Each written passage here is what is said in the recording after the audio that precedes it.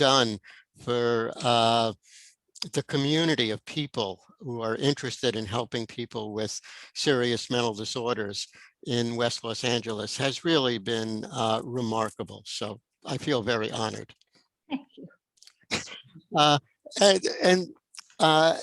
Actually, this idea of my coming, which I've wanted to do,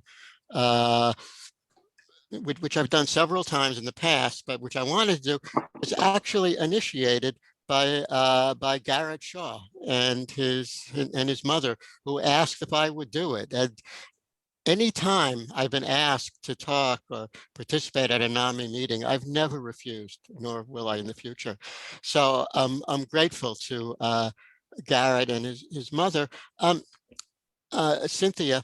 And I just thought that maybe we could start off by Garrett and Cynthia kind of talking about, you know, Garrett's journey to recovery and her perspective. Can I read this now? Garrett and Cynthia, did you want to start out?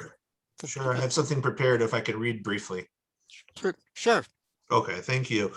I'm honored to be here today in the presence of NAMI with my NAMI family, as well as with my doctor, that I trust my recovery and I trust so much in. You know, I was going to another place to get my medicine. I was taken down by 50 milligrams at one time. I almost jumped out of the car. I got so sick. When I came to go see Dr. Marder, he told me you go down 12.5. And this doctor has experience exactly with the medicine I take, clozapine. This doctor has experience with people like me that have psychosis and are in recovery. By no means am I an easy case. I wanted to read very briefly. My name is Garrett Shaw, and I have been hospitalized about 26 times. This is before I saw Dr. Marder. The doctors told my mom the last time I may never recover and I may never get my mental health back since I had suffered so many psychotic breaks. That was about 13 years ago. I have not been hospitalized for the past 13 years. I attended the Life Adjustment Team intensive outpatient program for about 3 years. I regularly attended an Overeaters Anonymous 12-step program, and I've recently received a master's in clinical psychology. And I am blessed to say that I'm now on my road to getting my 3,000 hours to become a licensed marriage and family therapist. I would like to share some insights tonight, some healing, and most of all, I hope that this is an evening where you get inspired and everybody that comes away from this meeting has hope. Hope for themselves, hope for their loved ones, hope for people that are maybe not taking the meds or not sure what meds to take. I hope this meeting brings more hope. I am now giving back to the community that was there for me when I needed them most. NAMI Westside LA was and remains an amazing resource and community that has given me opportunities to get where I am today. I'm so blessed to be a part of NAMI Westside LA. I started out attending the NAMI West LA free lectures at Vista Del Mar, and then I was co-leading weekly support groups, and I completed the NAMI free classes on mental health, and recently I completed the training in our own voice, as well as the Share Peer Counselor training. I think I got that name wrong, but that's okay. I am now honored and grateful to say I shifted from a consumer to a provider. I love being of service, and I love helping individuals with mental health. And with that, if Dr. Marder, you'd like to take it away. I think he wanted me to talk here. Oh, did you want to say something, Mom? I think so. Cynthia, please. I think what we have to always go back to with our children as they're going through this journey is complete trust. And we have to respect them and honor them. And they're suffering and they don't know how to get out of this suffering. And NAMI has given us such a community to understand. Recovering from this, and shared decision-making is very important. Garrett and I always go together and we make a decision. I always include him. I just don't tell him to please do this or please do that. We sit down and we talk about it. This is really important. And I've told him always his whole life to advocate for mental health. He has to, one day when I'm not here, be respectful and be able to go in front of your doctor and tell him what you're feeling. What are your emotions? Communicate your needs, and your feelings are so important. Garrett is taking ownership of his life now. He's gotten so much better. He's doing things that I cannot believe. I'm so blessed that Garrett has, let me into every psychiatrist appointment. I go and I see Dr. Marder. I've seen all his psychiatrists. This is something that I think is so important because that's part of our team.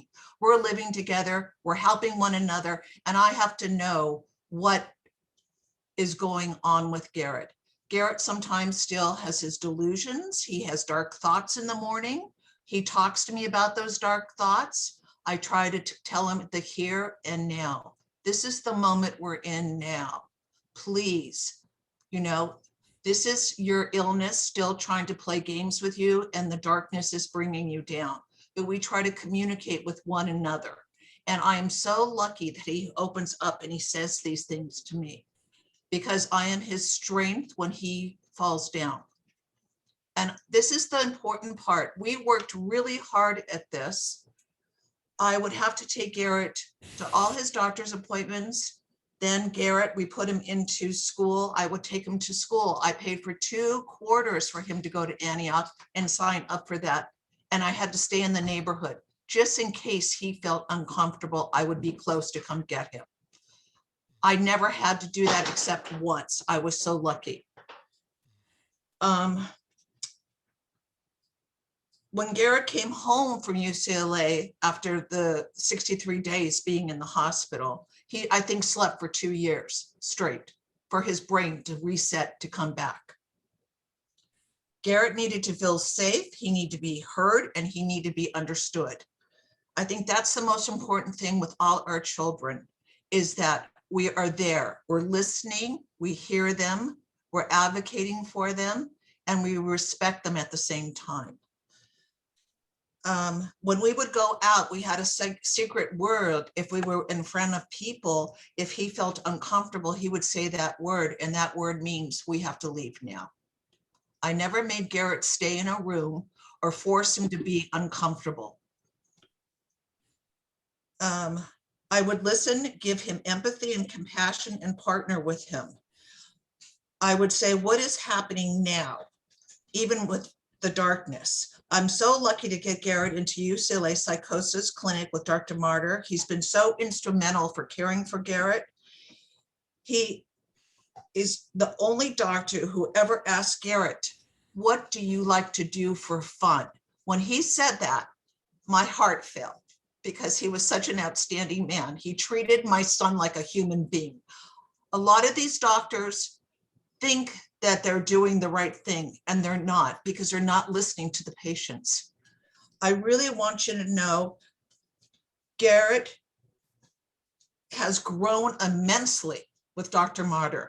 Now, he was up to 550 milligrams of clozaril. He's down now to 350, and we're still going down slower and slower until he finally says, I've done it. Now he's on Lexapro. The Lexapro is what has put the weight on, not the clozaril for him. And that's because he has OCD behaviors from the clozaril. Thank you, Cynthia. I want to thank you, honey. We do have to end this because we have a speaker coming. So you've been shared so much wisdom with us. You've been so profound. I want to thank you so much. And Garrett, you too. I want to thank both of you. You've been profoundly educational and heartfelt. Your words of wisdom, your words from your heart will help all the families listen. So I want to move ahead now and turn this over to Dr. Marder if I can. And thank you so much for sharing, both of you. Thank you. It's been, so Dr. Marder. Okay.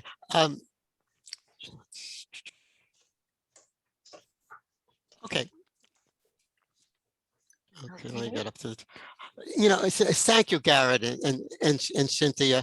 I, I throughout my career, I've admired more and more both the patients who have the will to get better and to recover from a devastating illness, and the families who make such a profound difference. And I think it's important to start with this because it sort of sets the stage about treatment. What I would like to do is I'm going to talk for only about half an hour because I think, having done this before, that the question and answers are probably some of the most, that kind of interchange I think will be particularly valuable for us. If people want to put questions into the chat, I think people can do that. Yes, they uh, can. Okay, so then I could start taking the questions after I finish, this kind of half an hour, which is going to sort of focus on, I think you probably heard Oh, that was- talks recently from clinicians about medications and treatment. I'm going to talk what I think has been most important during the past 3 or 4 years. It's kind of an update on what's recent. I'm going to talk about about new medications that are available for treating psychosis. I'm going to talk about what we've learned about how to select an antipsychotic. There are so many of them. How does a clinician and a patient work together to find the right medication? I'm going to talk about the overall issue of mental health and physical health, because people being treated for psychosis often have physical health problems that are serious. And I'm going to talk about the long-term approaches to improving outcomes. So this is a list. It's relatively brief. It's of the new antipsychotic medications that have been introduced during the past, say, 5 or 6 years. And it's not very many, but I think each of them is a modest addition. And I think that some of you may have already been, are already being treated with some of these medications.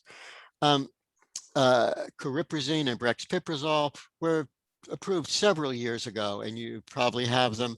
Lumateperone Caplyta is the newest, and I'll talk about that for a couple of minutes. And the olanzapine samidorphan combination, I think, is just reaching the market. I'm not sure if it's actually available in drugstores. So cariprazine is a new antipsychotic. It's most of the tests prove that it's as effective. It's similar in effectiveness to other medications. The one thing that seems interesting about it is that it seems to be particularly effective for patients who have negative symptoms.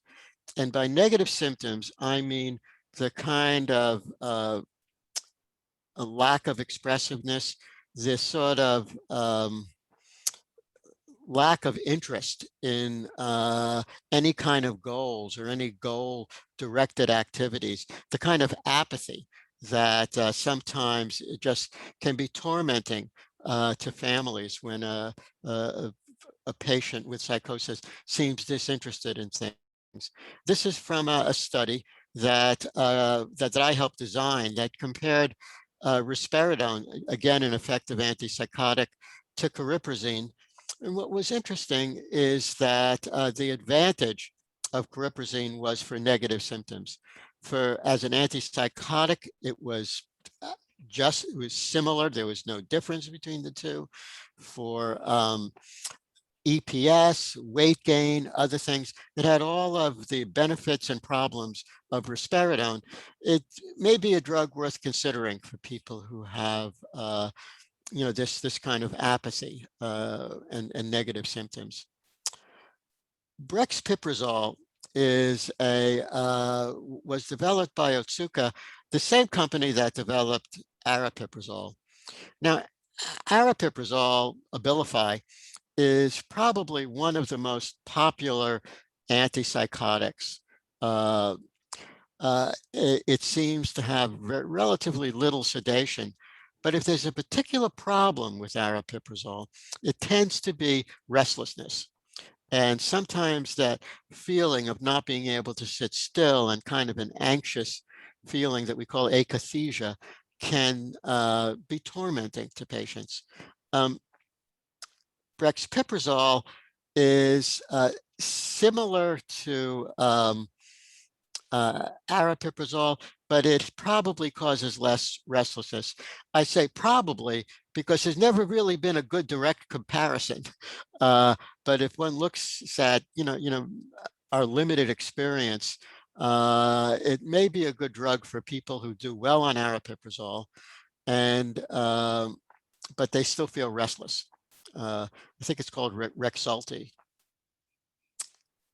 The newest drug, lumateperone or Caplyta, is well, it was approved, a little over about a year and a half ago.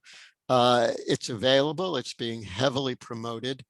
It has some qualities of aripiprazole. It seems to act a little bit differently on dopamine receptors, so it seems to have a slightly different mechanism of action. This is just from a recent study which looked at it in people with acute schizophrenia. And, the orange and blue dots are all for lumateperone. The blue ones are for placebo. And you could see for negative symptoms, psychosis, overall symptoms, it's clearly an effective antipsychotic, more effective than placebo. What we don't know is whether or not is it really different than the others. And the companies are getting very strategic, and there's no direct comparisons of that I'm aware of lumateperone with clozapine or other antipsychotics to show whether or not it has any advantages. So it's, I don't know if any people in the audience have a loved one or themselves been treated with lumateperone.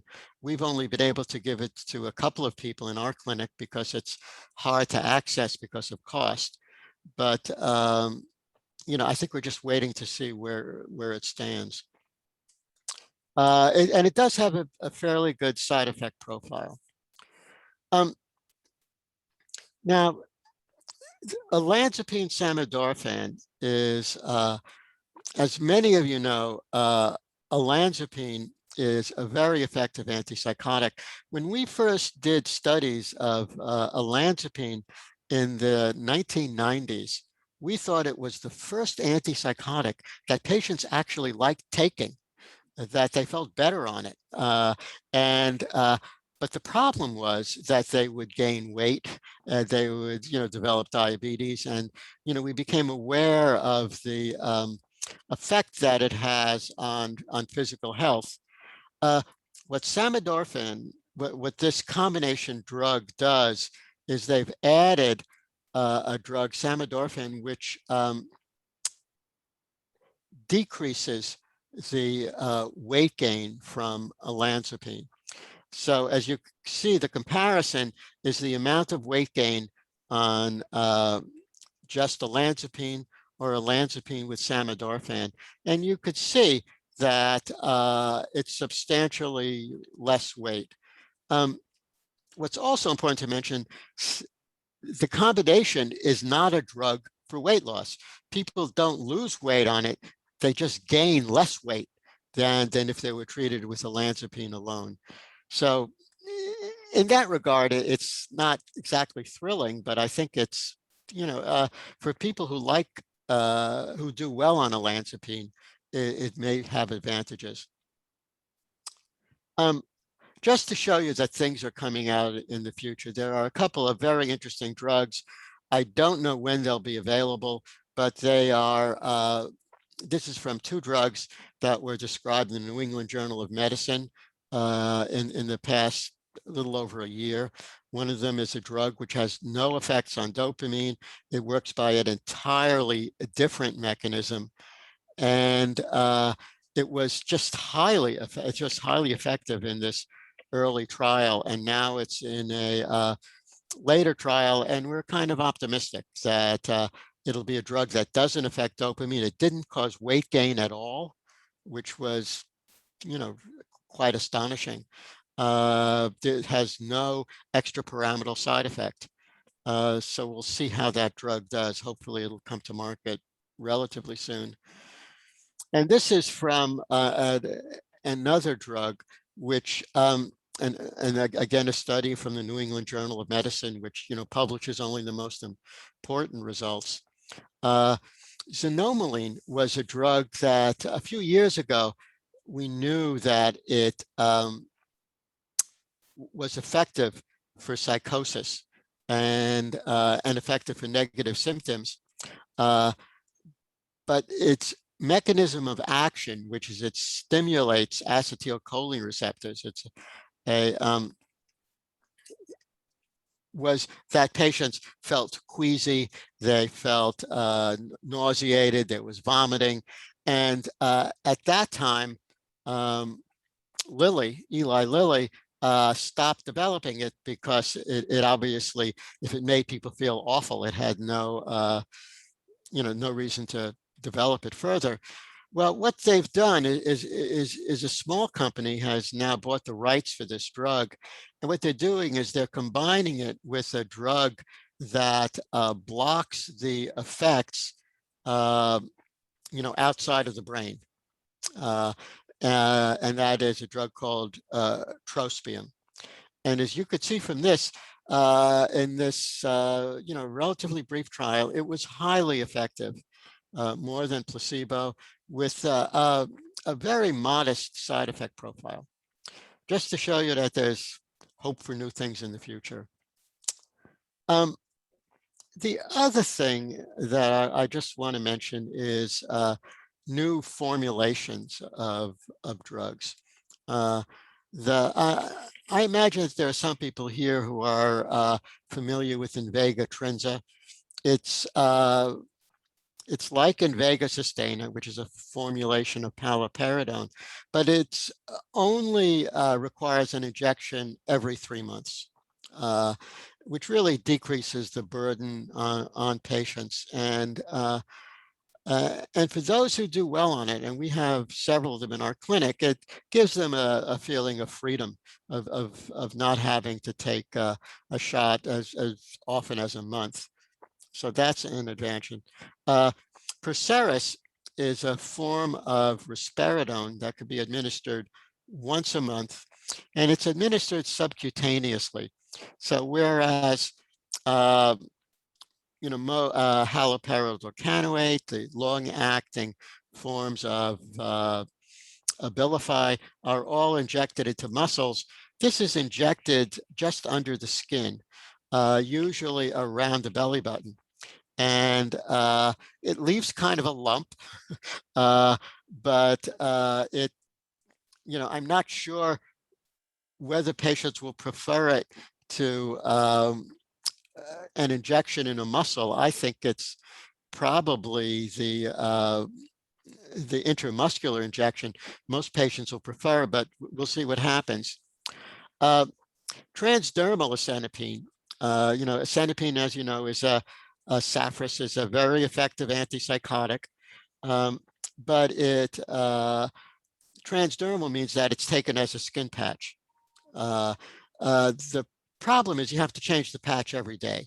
But for patients who don't like to take pills and they would prefer to just put a patch on every day, I think it's sort of interesting new innovation in treatment. Okay, so the next thing I want to talk about is how, knowing all that we know now, how can a clinician select an antipsychotic. I haven't counted, but there must be 30 different antipsychotics for a psychiatrist and a patient, because it should be, as there should be a sharing of decision making. So what's a reasonable way to look at antipsychotics to select the best one? Well, this is from a large, meta-analysis, which took on, really thousands of patients and compared the results from studies. And it looked at a whole bunch of antipsychotics. And it includes most of the drugs I've talked about today, but not some of the very new ones, of course.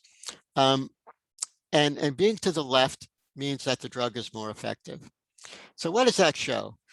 Well, there's only one antipsychotic that stands out as being most effective, and that's clozapine. And I'll talk about that in a moment. It's far and away the most effective antipsychotic. The one that comes in second is amisulpride, which sadly, because of patent reasons, is not available in the United States. It's widely used in Europe and the United Kingdom, and to a lesser extent in Canada. Fortunately, a company is developing a new formulation of amisulpride for the United States.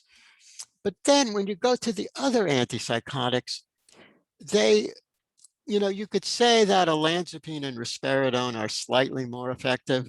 I don't really believe it. I think it's more that they were developed earlier and the studies were done differently at the time. But you could see, if you just look at overall effectiveness as an antipsychotic, the differences are slight. The differences, when you get away from clozapine, are side effects. And generally, the way when we have conversations with patients about selecting an antipsychotic, it's the side effect that you most want to avoid, or that was most troubling to the person in the past. And this is just from a study that used different drugs to kind of rank them. And so if you look at this, so it's the number needed to harm, and having a high number is good. Okay, so the highest number causes the least weight gain. So you could see the number one drug in here is lorazepam, followed by acenapine. The one and cariprazine, the newer drug that I talked about before. If you go to the worst drugs, they are, I'm sure it's quetiapine or Seroquel and olanzapine. They are the drugs associated with the most weight gain. If clozapine was included in this analysis, it would have been among the drugs that has the largest weight gain. It would be probably like quetiapine or olanzapine. If one wants to avoid somnolence or drowsiness, the drugs that in this analysis that looked the best was cariprazine or brexpiprazole or even aripiprazole, as I mentioned before. And the drugs that cause the most sedation are Seroquel, quetiapine, and to a lesser extent, olanzapine. And again, there are varies. One can argue with some of these rankings, but it comes from a pretty good amount of data. And then for akathisia, the feeling of restlessness, you could see that the drug that causes the least restlessness is iloperidone, which is not prescribed very much, and quetiapine. It causes very little restlessness. When you get to drugs like cariprazine, it causes some restlessness, similar to risperidone. But again, this, to me, is a rational way of a prescriber, a patient, perhaps a family member, sitting down together to make a decision about what antipsychotic is best. And when we get to the question and answer period, I think you may be interested in asking some questions about this. So what have we learned? First, clozapine is the most effective antipsychotic. It's in my career, I've had more lives changed by clozapine than any other antipsychotic. It's interesting. I first I believe I was the first prescriber of clozapine in the Los Angeles area. And the first patient I treated was before it was even approved, when I had a special ability to prescribe it. And that woman was floridly psychotic, had been that way for years, was going to the state hospital, to locked facilities. She was admitted to UCLA. Within a month, she was symptom-free. In 2 months, she was living alone in an apartment. She finished her degree at UCLA, got her master's, and has just had a very successful life. And she just retired the other year, sort of a life changed by a change in drug. Again, the differences among, when you get away from clozapine, the differences are in side effects. And the fact that the new drugs are better than the old drugs, that's probably true to an extent. Very few of us prescribe a lot of haloperidol because it's just hard to find the right amount that makes people feel better and doesn't lead to terrible side effects and discomfort. So I want to talk about the health problems. One of the sad things is that people with schizophrenia have a short life expectancy, and I think we need to talk about this openly. And it's not because of their schizophrenia, it's because they develop risk factors for heart disease. And in particular, they're more vulnerable to developing diabetes. People with schizophrenia are, even before they've been treated with an antipsychotic, they still have evidence of sort of pre-diabetes, or what we call insulin resistance, suggesting that they're vulnerable to developing diabetes. Now, this problem is made worse by a number of things like smoking, a lack of exercise, obesity, hypertension, and dyslipidemia, meaning having high lipids, cholesterol, particularly bad cholesterol. But I think it's important that we really help people with this illness to improve their physical health. And this is something that's been interested to me in trying to understand this weight gain, because this is something that we first saw back in the 90s when olanzapine first came out. And there are a number of observations. The one is that when people gain weight from an antipsychotic, it's usually occurs rapidly during the first few weeks and then stabilizes. It's related to the dose of the antipsychotic, so it can sometimes be decreased by lowering the dose. Most research shows that what it is, it's people have an increase in appetite and delayed satiety signaling. What I mean by that is they have an increased appetite, and then it's hard for them to stop eating.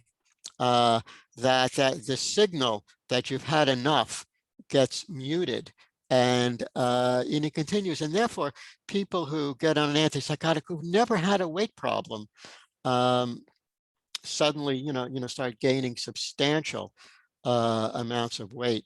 What I think is interesting from this is that for many people with on an antipsychotic, portion control might be very important, that they kind of understand that they're not going to get that signal that they've had enough, so they should kind of reduce the amount that they eat. What we recommend, and this is from an article that I ran a consensus meeting at Mount Sinai Hospital in New York years ago, where we tried to see what doctors should do about this. And we recommended that that patients, that doctors follow the weight of their patients, that they look at waist circumference, blood pressure, that they look at their plasma glucose levels or their hemoglobin A1C, and look at their lipid profiles. This is particularly important for people who are on olanzapine or quetiapine or clozapine, which tend to cause the most weight gain. And what I recommend is that patients who we work with in our clinic, one of our goals is to have them take ownership of their illness and its management. And Garrett, of course, is a great example of a person like that. We recommend that they, weigh themselves and learn about it and sort of take control of it. The sun is going down. Okay. Sorry.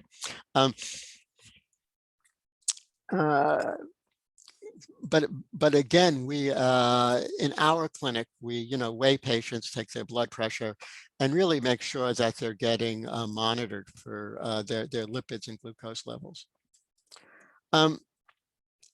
So what's effective when someone gains weight? Well, one is changing the antipsychotic. If somebody's on one that promotes weight gain and you change to one associated with less weight gain, there's substantial number of studies that suggest that that works very well. Another thing that psychiatrists can do, or any prescriber, is they can look for early evidence. Now, what one is looking for is not just weight gain, but the development of insulin resistance, sort of what's also called prediabetes. And here, even after 4 or 5 weeks on an antipsychotic, a clinician can order levels of triglycerides or hemoglobin A1C or a fasting blood glucose and see if there's evidence that the antipsychotic is changing those levels, in which case it may be the wrong antipsychotic. The thing that really works best are lifestyle interventions. The ones that work include, both exercise and diet change. Things like Weight Watchers have been highly effective, and any of these approaches. But it's not just reducing calories; it's both reducing calories and exercise. And I'm going to talk about it later, but one of the most impressive findings of the past few years is that exercise is good for schizophrenia, just as it's good for everything else, but it improves the brain, it decreases symptoms, it helps, it decreases negative symptoms and apathy. It's probably a very effective treatment. And, I think more and more of us are really recommending it to patients, getting a Fitbit or something like that and increasing your level of activity. And I suspect that many of your family members or yourselves who are on antipsychotics are also getting metformin, which is a medication which we often prescribe for weight gain or pre-diabetes, which is reasonably effective. And there are other drugs, and I want to give kind of an overview rather than go over all the possible drugs that can help when weight gain or prediabetes becomes a problem.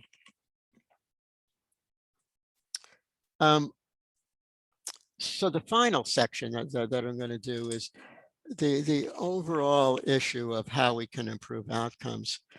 And, my philosophy is that finding the right medication isn't the treatment. It's it's the kind of base upon treatment on which treatment is built. That once someone is, more comfortable with their thinking, other things can happen, and they should for nearly every patient. I believe that schizophrenia is a profoundly undertreated illness, and that not enough people benefit from almost everyone is able to get drugs because they're easy to administer, but getting the other kinds of psychosocial treatments and rehabilitation, that's what we really have to ask our society to do better. So this is a long list of all of the that I compiled of different approaches to of different psychosocial treatments.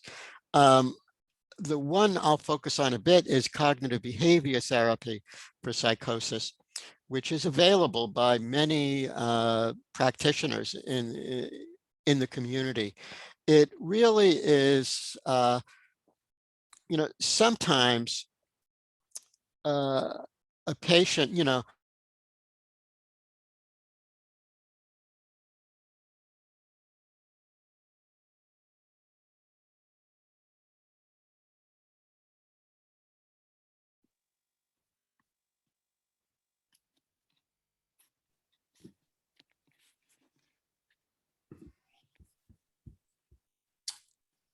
I think Dr. Marder's screen may have froze. Yeah, what's happening? Can we fix it? Can we call them? I think we can hope that he gets a stronger Wi-Fi signal. Sharon, do you have anything to say about the therapy for TRS? You see anything? Well, I mean, I'd like to say something that's also available, particularly on the East Coast and all over Europe, is Hearing Voices networks. They have group therapy now for hearing voices. And Sanjeet Sahota took the training, the Hearing Voices training, to run a group. We haven't set up a group yet. I mean, I do think CBT could be helpful, but I think sitting around, hearing how other people manage their voices and how they relate to their voices might be even more helpful. CBT is just putting a blueprint inside the brain and having someone think about a phrase or an affirmation rather than the voices, and trying to control the neurotransmitter flow by thinking this thought like, I'm an okay person, I'm doing okay in spite of the voices, or something like that. And so CBD trains the brain to think other thoughts. But I think hearing— Dr. Marder is back. Yay. Okay, we got Dr. Marder. So let's turn it over to Dr. Marder. And we have lots of questions for him in the chat room. Right. I think he was probably in the home stretch. Yes, Dr. Marder? Yeah, I'm sorry. It's all right. I don't know what. Okay, so I'm going to go back to. I just have a couple of more slides, and I. Great. Thanks. I for guess jumping back this in. is what happens with. Mhm. Oh yeah, I think you need to enable screen sharing for me again. Oh, I need to make you co-host again. I apologize. Okay. There you go. Okay. Thanks everyone for your patience. And Dr. Marder, this is a fantastic presentation. Really appreciate it. Okay, I wish it could be more perfect. And I just want to mention that all of these treatments, whether they're a treatment that focuses on hallucinations, metacognitive training for delusions, they are all effective. And for example, metacognitive training for delusions is available on the web. You can Google it, and it's very effective. I won't go over this. It's just the data that CBT for psychosis is highly effective, and it improves not just positive but negative symptoms. And here are some things that I didn't have time to talk about, but I think need to be mentioned. One of them is many people with schizophrenia really have difficult with cognition, memory, attention, and other things are impaired. And cognitive remediation has been shown to be effective. These are usually computer-based. If you go to the website of a company called Luminosity and another one that does the brain fitness program. I forget the name of the company right now, but they will have these very engaging programs that can be purchased that really are helpful in improving cognition. Many people with schizophrenia who are in school or trying to get used to a job where they have trouble with their memory and attention, the brain is plastic and it can change with these kinds of exercises.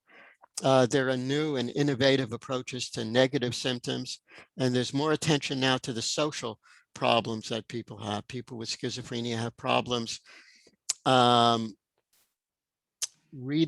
interpreting social signals, and we in our lab have developed programs to help with that. People who have hallucinations that don't get better, there's evidence that repetitive transmagnetic stimulation is effective. And I did tell you about exercise. And finally, I hope you forgive me for a little advertising, but we do research. And if the route to better treatments has to go through treatment research. If any of you are interested, we have a number of studies going on. We have one using CBD cannabidiol, ashwagandha, which is an herbal. We are looking at now at a new drug for cognition. We're very interested in oxytocin, which really helps, we believe, in learning social skills and learning to interpret social signals. And we have research there. We have non-treatment studies. For people in a first episode, my colleague Keith Nectarline runs the aftercare program, which is just superb. They provide, everybody gets a very high level of treatment. So that's my advertisement. You can contact me or call one of these numbers and they can tell you about our studies and whether or not you can be helped. That's my final slide. I'm going to stop screen sharing and Dr. Marder, how would they contact you? Can I put that in the chat room? Sure. I put the phone numbers on that. Let me put that. Well, they could just send me an email, just Marder, MARDER @UCLA.edu. Okay. Marder at UCLA.edu. Okay, thank you. And if I believe that I'll see if there's any questions in the chat, but There are. okay. The one question I have is do antipsychotics cause a lot of gas? I could see where they would kind of slow down, the GI tract, some medications, which could lead to gas. I haven't heard it to be a common complaint, but it's certainly possible. Also, Sharon, if people want to unmute, they could just ask me questions. I can read you the questions along here. Oh, okay, please. Yeah, okay. I'm not seeing them. Read them to you as we go through. So, Dr. Marder, what do you suggest to help with drooling at night with clozapine? Okay, that is a very common problem. I believe that almost every person on clozapine has a problem with drooling. Oh, no. Okay, I'm still here. Okay, I thought I was going. Has a problem with drooling. there are, a number of drugs that we do. We sometimes prescribe atropine drops that people put in their mouth to at night to dry it. Those are effective.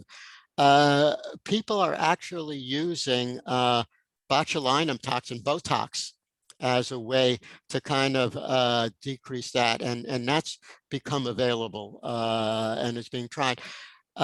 Some people just kind of give up and they just put a towel on the pillow and they get used to it. But it could be very disturbing to patients. I don't want to minimize how annoying it could be.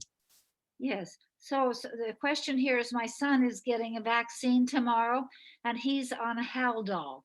Should I be concerned about any negative responses to the vaccine when you're on these psych meds? No, I don't think there should be any concern whatsoever. I think whether or not he would have more of that kind of reaction the day after, I don't. Our patients haven't. Almost all of our patients in our clinic, we've encouraged them to get vaccinated, and I'm not aware of any of them who've had problems, and I can't think any biological reason why they would. Okay, here's a question. Thank you. Are these medications also appropriate for individuals diagnosed with BPD, borderline personality disorder, with psychotic features? Some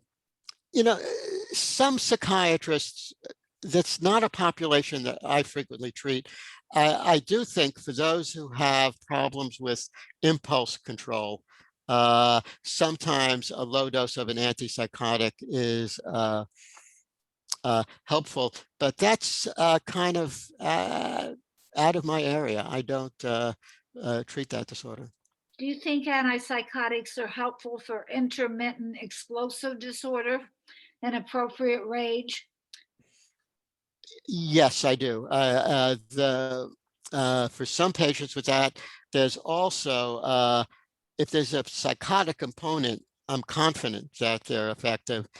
Even without, there's some evidence that clozapine can be effective for people with intermittent explosive disorders. It's also effective for people with psychosis who are suicidal, which I didn't mention. It's probably the most promising drug for that. So here's a question. If somebody is on Invega, do they need to take other meds by mouth? Well, it's a very good question. A lot of people who take Invega will have side effects from Invega, like restlessness that I mentioned, stiffness. Those patients may need a drug like benztropine cogentin. Most don't. One of the advantages of the long-acting drugs is they probably have fewer side effects. Some people who are on an injectable drug, whether it's haloperidol, Invega, or one of the Abilify drugs, will find that at the end of the injection cycle, whether it's a month or 3 months, they begin to feel restless. They begin to feel like their symptoms are returning, and sometimes they could take an additional oral medication, usually the same drug as a long-acting drug. Are these antipsychotics good for people with bipolar disorder with psychosis? Yes, most patients with bipolar illness, with psychotic, who have substantial psychosis, will actually be on an antipsychotic, and some of them will only be on an antipsychotic. There are many patients who are treated with, olanzapine or Seroquel, and it stabilizes their bipolar illness without a mood stabilizer. But certainly, it's effective for psychosis and bipolar illness. So, thank you. Is there a different medication strategy for late onset of psychosis, like in the 60s, compared to the more common young adult onset? Good question. People who are older have different side effect sensitivities. So I think antipsychotics are as effective, to me, the 60s look very young.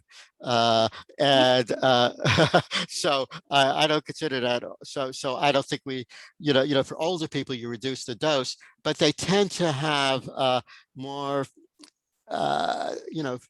Parkinsonian side effects, the stiffness rather than restlessness. So it's different. And many of them, if they're slender, there's less of a problem with drugs like olanzapine, which seems, the weight gain seems to be more dramatic in younger people. So the antipsychotics are similarly effective, but the side effect differential is different depending on, as people get older. Is your clinic at UCLA, Dr. Marder, the same clinic that Dr. Lieberman used to run? And are you doing the same things? Okay. Not Dr. Lieberman. Yeah, he had his own. No, it's a different clinic. And I don't think he does it anymore. I believe he still we still have some of our patients who are in a group that he or some of his staff run, but I don't think he's doing it anymore either. Yeah, I don't think he's doing it anymore. Yeah, I think we can safely say that. He's not starting any new groups. Okay, here's a question probably for NAMI. Are you, here, let me ask you, are you interested in brainstorming for more research projects on schizophrenia from people outside of UCLA? Brainstorming, you mean new ideas for? I think new ideas is what this person is referring to. Yes. Absolutely. I mean, I've learned more about the illness from patients and family members who I talk to than almost any other source. So I would be very interested in hearing views about that. Send me an email and I'd be glad to talk to them. Thank you so much, Dr. Marder. And here's a question for you or for NAMI. And that is, if your relative is refusing treatment, what can we do? If your relative won't take medications or refusing treatment? Well, I can tell you, you need to buy a book, I'm Not Sick, I Don't Need Help, by Dr. Henry Amador. And you need to also go on our website, because Henry Amador gave a keynote talk on Sunday on the communication skills you need, the 7 strategies you need to create an emotional environment where you can convince your relative to stay on medications.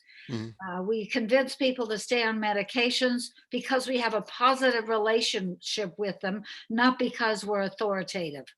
And not because we tell them to, or don't ever label them, you have schizophrenia, you got to take meds. We don't ever talk like that to an individual who is affected with brain issues. We say things like, when you take meds, you have less anxiety, you have less stress, you sleep better when you take medications. Let's use modern science to calm your brain, along with other things in the healing profession to help you. And Dr. Marder, would you like to add to that? You're very skilled yourself. Yeah, and I think the book by Amador is terrific. He's given it more thought than anyone. So I agree with that. The the approach that I suggest is that, and I think it's very similar to what you're suggesting. One is what one wants to do is to have the patient take ownership of the illness. That too often it seems like the doctor and the family and the parents are owning the illness and the patient isn't taking responsibility for managing it. And sometimes something magical happens when all at once a person says, okay, it's my illness and I'm going to manage it now. I'm going to be a partner in managing it. And Ellen Sachs writes about it brilliantly, that once she accepted that she had this illness, it was liberating for her. So, what I try to emphasize is that telling a person, emphasize that they're in control But they're going to learn about, the only way they could learn whether medication is going to help them is to try it and to be honest about it. And let's, and I told them, let's learn together about whether this is helpful. Sometimes that works.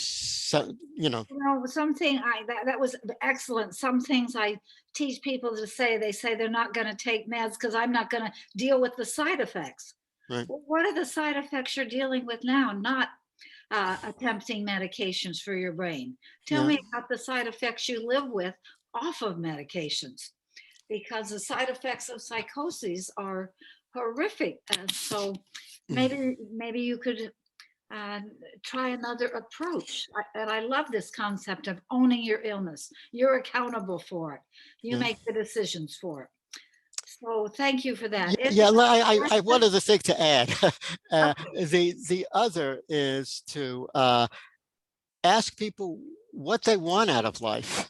Is to make it clear that the psychiatrist isn't just interested in making them less suspicious, that he or she is interested in helping them have a richer, happier life, and that's the goal. It's not it's not the delusions that's the target.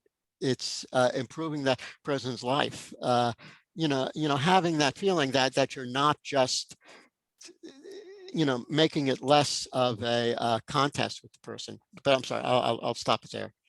Thank you so much. Do we have any other questions? I have a question, if I could, please. Yes. Hi. Please. This is Dick Susser. Yes, Dick. Hi, thank you. So I have actually two questions. One is there any particular atypical that is more acceptable for a person who is trying to get licensed to drive a car? Oh, good question. Well,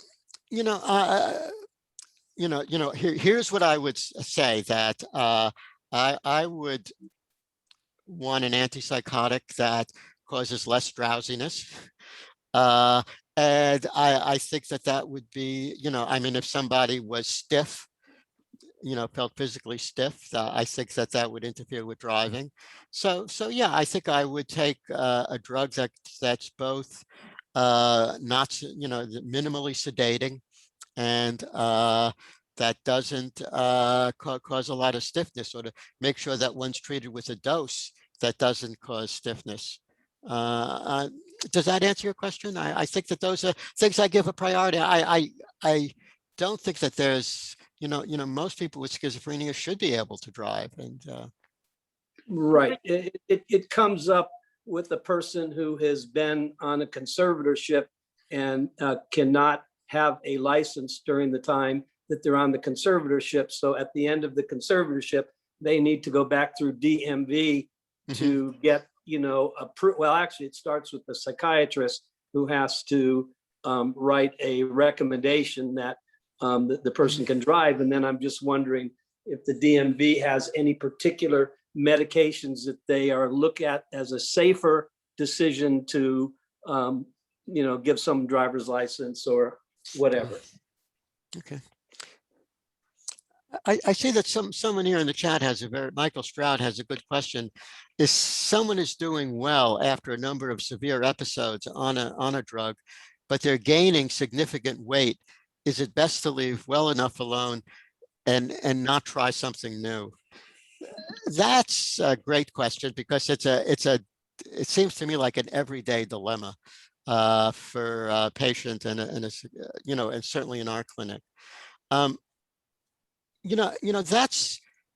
That's a question that should start a conversation.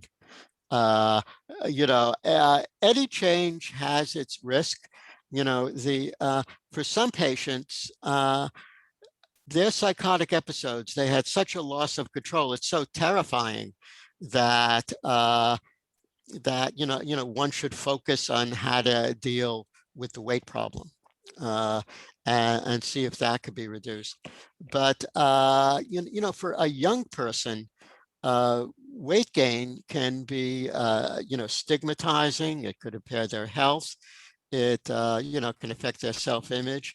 So I think as a part of a discussion about it's the patient who's taking the risk, not the psychiatrist. So it should be, a conversation where there's sort of an honest exchange of ideas of what the risks are and how to, these changes can be made slowly with,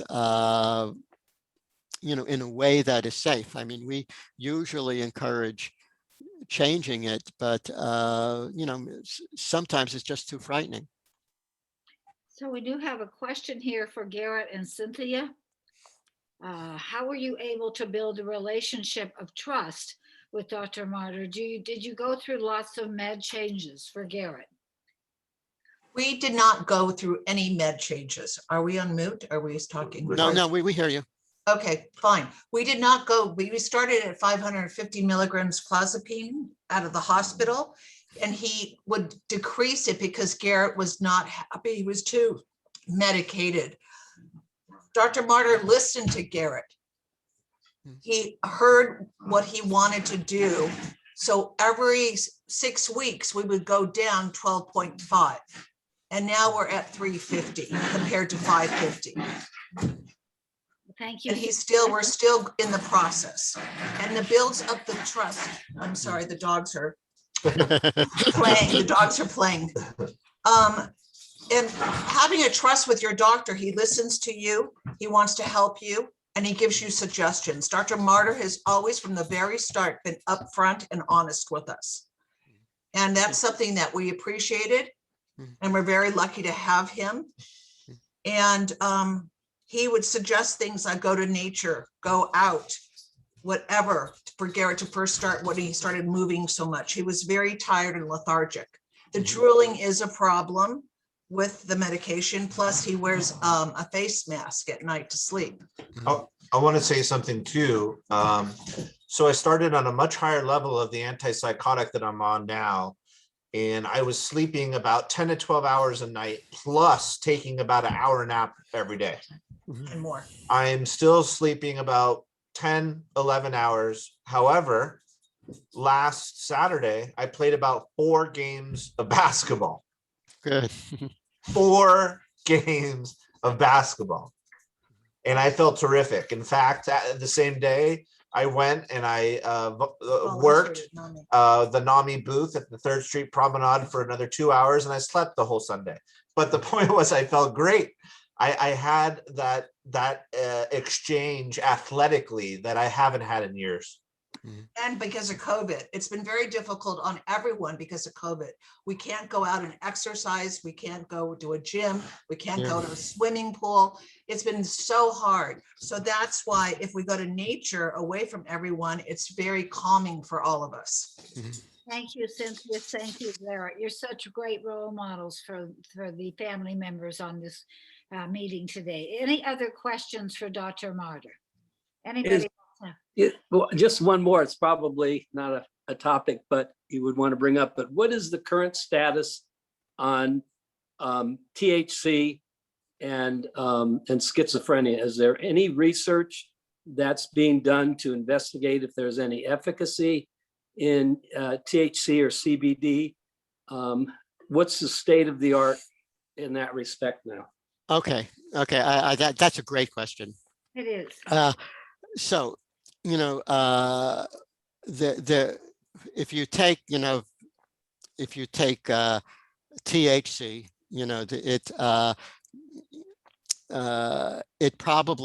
it clearly makes schizophrenia worse.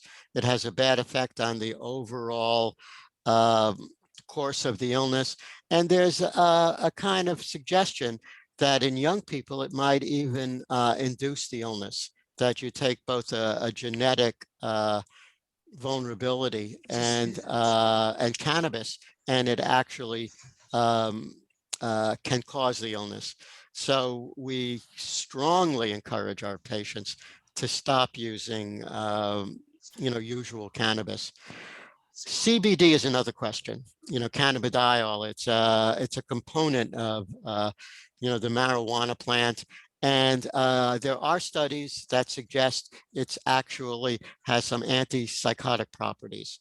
We are doing a study. We're starting, and it's not the CBD that you get, in the dispensary. It's really medication grade CBD, and we are doing a study, and we're looking for subjects of adding CBD to people's medications to see if it people who have some existing symptoms, to see if it makes it better.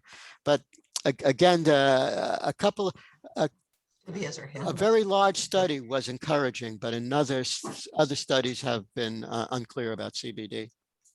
Thank you for that. That was very helpful. Any other questions?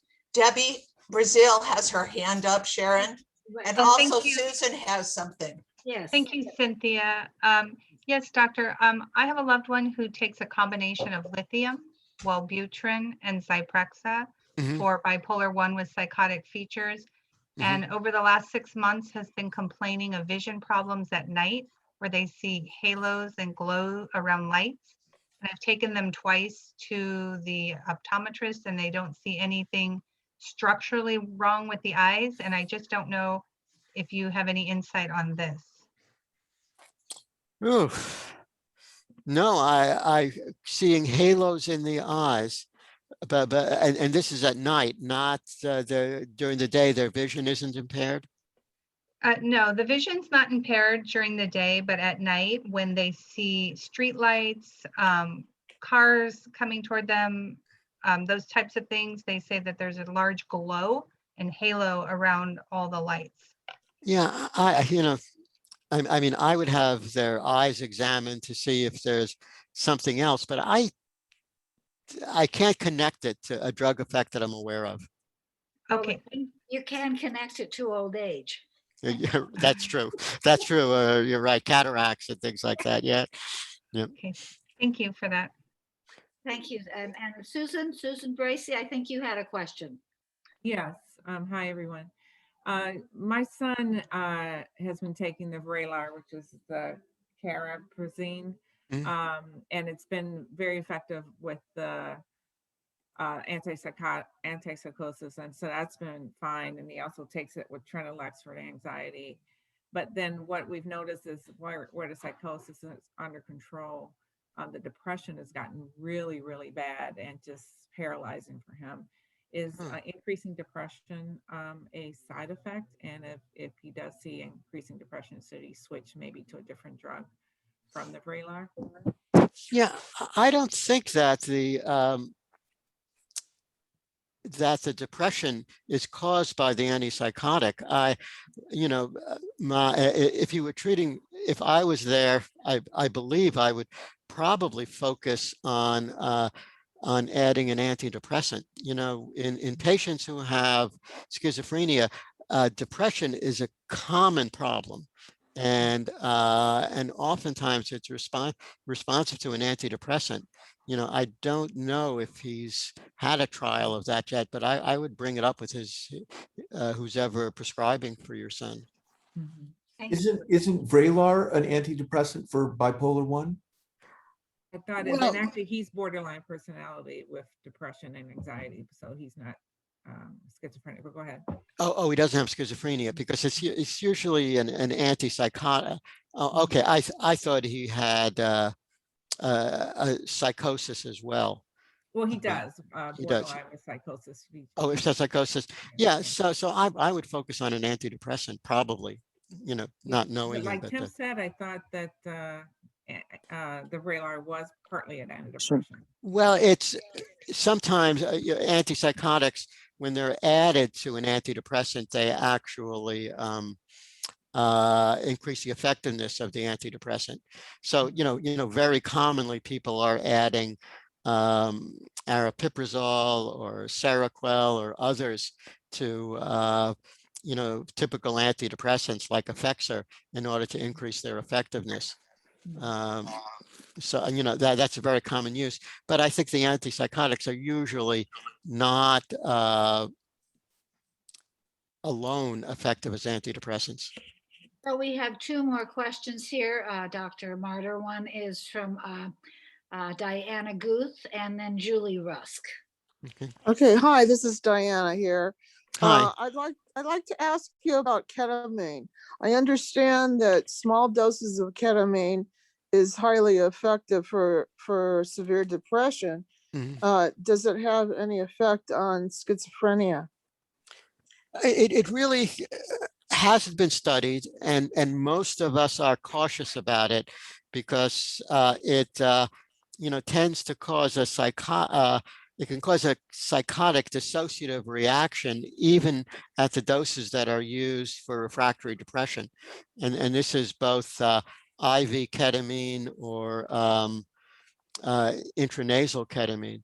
So at this stage, people haven't tried it in schizophrenia, and there's no reason to think it would be effective based on its mechanism. So most of us wouldn't be willing to try it. Thank you, Dr. Marder. And Julie, you had your hand up. Oh, I think I was just clapping for something. I was giving Okay. a thumbs up. Okay. That was a while ago. Thanks, Sharon. Okay, so any last question, because it's about time we have to let Dr. Marder go. Any last question? Hello. Yes, Hi. Colette, yes. Hi, yes, thank you so much. I was wondering if you could comment. I didn't see on the list, or if someone just mentioned it, but the drug Zyprexa. What your thoughts are on that, doctor? That's olanzapine, and so I kind of mentioned that I love it and I hate it. That it's a drug that when people start on it, if people can tolerate olanzapine without the weight gain and the kind of metabolic changes that it causes, the changes in, that make people more vulnerable to diabetes and things like that. If they can tolerate that, it's a very effective antipsychotic. And then there's a question about whether or not this new drug, where it's combined with with samidorphan, whether that'll make it more effective or more useful. But the weight gain is the major problem. Yes. Thank you. I didn't know it was the same drug. Thank you. Yeah. So if there's no more questions here, Dr. Marder, you've been so informative. You have been so helpful to our audience, answering all of their questions. Nobody knows as much as you about the new drugs for antipsychotics.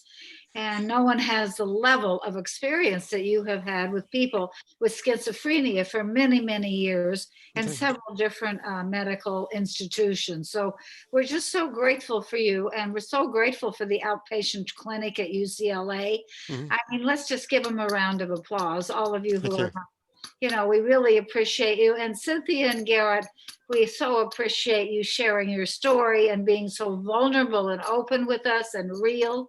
It's inspiring. You give us all hope, Cynthia and Garrett. So I thank you both, and we are going to close our meeting for tonight. I just want to say that we have a speaker the next Wednesday, because it's Mental Health Awareness Month. We have speakers all through the month of May. And next Wednesday, we're having Juan Acosta speak on the LGBTQ community and how maybe that whole, being part of that community is very helpful, but also there's some mental illness in that community too. So that's our speaker for next Wednesday. So Juan Acosta was interviewed by Andrew Solomon on Saturday. He's a very talented mental health advocate in the LGBTQ community. So thank you again, Dr. Marder. And I think this is from our wellness weekend. And if there's any way you would like to donate to NAMI Westside LA, this is our only fundraiser this year, this wellness weekend. And this is Mental Health Awareness Month, May. So we encourage you to donate, because we can't offer all of our free classes, support groups without funds, without money, without Tim Davis, who is our program manager, who you've seen, or without Aaron Raftery, our executive director. The two of them together are the most amazing employees that NAMI Westside LA has ever had. So thank you, Aaron. Thank you, Tim. And thank you, Cynthia and Garrett. And thank you, Stephen Marder. Thank you. Dr. Marder, what a wonderful presentation. Thanks for sticking around. Absolutely. Good night, everybody. Good night, Thank everybody. Thank you. Good night. And Janice, thank thank you, you. Janice Black Warner, for her donation to the Wellness Weekend. Janice Black Warner, our speaker series is named after her. So we want to thank Janice Black Warner for her donation to us. Thank you, everyone. We need you to keep coming back and giving us all your advice. And thank you, Dr. Marder. Because when we have a family member with schizophrenia, as Sharon says, it's like a hand grenade being thrown into the family because each and every family member is affected by it. Mental illness, and thank you for your points. Thank you, Janice. Thank you, everyone. Thank So you so thank much, Janice, for all that you do for our affiliate. And just for some mindfulness, we have some music that was created as a playlist for us. So I put it in the chat. Maybe Tim, you could put it one more last time, just so everyone has it. And it's a wonderful playlist for to reduce anxiety and stress and just promote focus and resilience. And it was specifically curated for our NAMI Westside LA affiliate. And it's just, I think, kind of a nice resource to offer our community. So it's a free Spotify playlist. And just know that we're all listening to it. So we're all kind of collectively listening to this same music. And, we're all in this together. So thank you, everyone, for this evening and for all that you do. This is our executive director. This is our program manager, Tim Davis. Thank you, both of you. So Thank you. We're all heading to bed now with this nice. Thank you, lulling Sharon. music. Thank you, Sharon. Be safe, be well, everyone. Thanks. Thank you. Night all. Bye. Thank you. Feel well.